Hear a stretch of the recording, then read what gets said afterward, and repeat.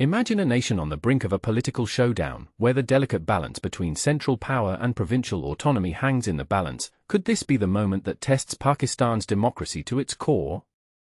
In the heart of this drama, the federal government is staunchly defending the potential imposition of governor's rule in Khyber Pakhtunkhwa, KP, framing it as a legitimate tool enshrined in the constitution, while opposition leaders from Pakistan Tehreek-e-Insaf, PTI, are sounding alarms about the severe political repercussions that could follow.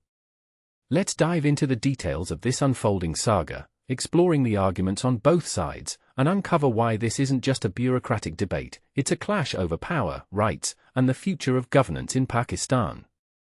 But here's where it gets controversial. Is governor's rule essentially a mechanism where the provincial governor takes direct control when a province faces crises, really a neutral constitutional safeguard, or is it a thinly veiled way for the centre to sideline elected leaders who challenge the status quo? The government insists it's a fair option, and on Monday, they made that clear in no uncertain terms. Federal Law Minister Azam Nazeer stepped up to the podium in the National Assembly, emphasizing that governor's rule isn't synonymous with martial law, far from it. This provision was thoughtfully included by the framers of the Constitution, he explained, noting that it's designed for situations where governance falters. In simpler terms, think of it like a safety net for democracy. If a province can't keep things running smoothly due to security threats or administrative breakdowns, the Constitution allows the centre to step in temporarily to restore order. Tarar argued that if the circumstances warrant it, activating this option is entirely within legal bounds, helping beginners understand that it's not an arbitrary power grab but a structured response to instability. Echoing this sentiment, Information Minister Attaullah spoke to reporters, reinforcing that governor's rule is a standard constitutional tool available to any government when provincial leadership seems inadequate. These conversations crop up precisely when governance weakens, he said, urging patience as events unfold. And this is the part most people miss. The ministers aren't just talking hypothetically, they're pointing to real security and governance issues in KP as the catalyst for considering this move, potentially signaling deeper tensions in the region. Adding to the federal perspective, Minister of State for Interior Attaullah Chaudhry offered some pointed advice to KP Chief Minister Sohail Afridi: don't fan the flames of division between the centre and the province. Chaudhry highlighted efforts to include Afridi in key discussions on terrorism and other pressing matters, stressing that as the provincial head, Afridi should focus on his duties rather than scoring political points. It's a reminder that collaboration is key in a federation, where provinces and the centre must work hand in hand to tackle shared challenges like extremism. The discussions aren't happening in isolation either. Just last week, KP Governor Faisal Karim Kundi met with Prime Minister Shehbaz Sharif to hash out provincial concerns, including the possibility of governor's rule. With federal ministers like those overseeing Kashmir affairs and public affairs in attendance, the talks delved into administrative hurdles in KP and the broader national political landscape.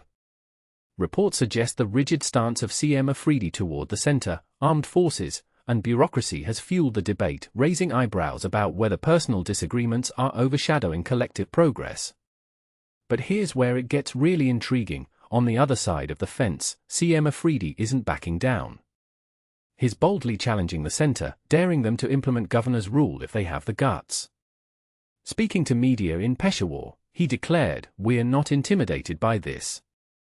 If they're brave enough, let them go ahead." When questioned about law and order in the province, Afridi pointed a finger back at those behind-closed-doors policies, implying that federal decisions are exacerbating issues rather than resolving them. For context, governor's rule could mean suspending the provincial assembly and running the province directly through the governor, a step that's often seen as disruptive but necessary in crises, yet Afridi sees it as an attack on his mandate. Afridi didn't stop there. He lambasted the federal government for shortchanging KP financially. He revealed that the province is owed over 3,000 billion rupees by the centre, illustrating the economic strain with a vivid example. "Picture what we could achieve with that funding: roads, schools, jobs for our people. Instead, we're facing blatant discrimination."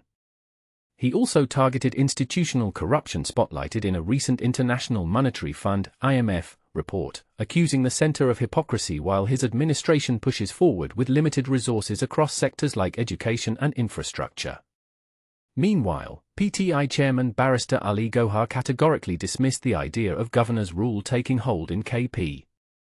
Outside Parliament House, he assured that conditions don't support it and predicted improvement without such drastic measures. People shouldn't spread rumours, the province can't afford this, he warned, emphasising KP's battle with terrorism. Gohar urged giving CM Afridi time to strengthen law and order, hoping the province stays on a constitutional path. He also touched on the denial of meetings with PTI founder Imran Khan, calling it isolation of a leader with parliamentary representation, a move he described as deeply unfair, suggesting it stifles dialogue and exacerbates tensions. In the National Assembly, PTI MNA Asad Qaiser blasted the Treasury benches for even entertaining governor's rule, labelling it an undemocratic attitude. If you're contemplating this, go ahead, but you'll face the political blowback, he cautioned. The PTI's parliamentary committee echoed this, warning that such a step would breed instability, sow disputes, and deteriorate law and order, not just in KP's interest, but the nation's.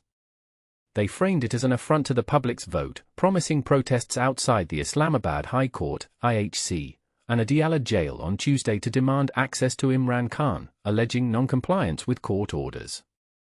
Qaiser detailed the committee's meeting, where concerns over removing the KP governor and imposing rule were debated. Participants viewed any destabilization as an insult to voters, potentially sparking unrest. They highlighted federal policies crippling KP economically and politically, alongside security woes, and pointed out unfulfilled promises under the National Finance Commission for funding tribal district mergers.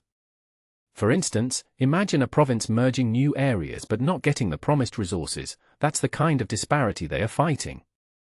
Moreover, Qaiser recalled a peace jirga uniting political parties to combat terrorism, only for the federal government to ignore it.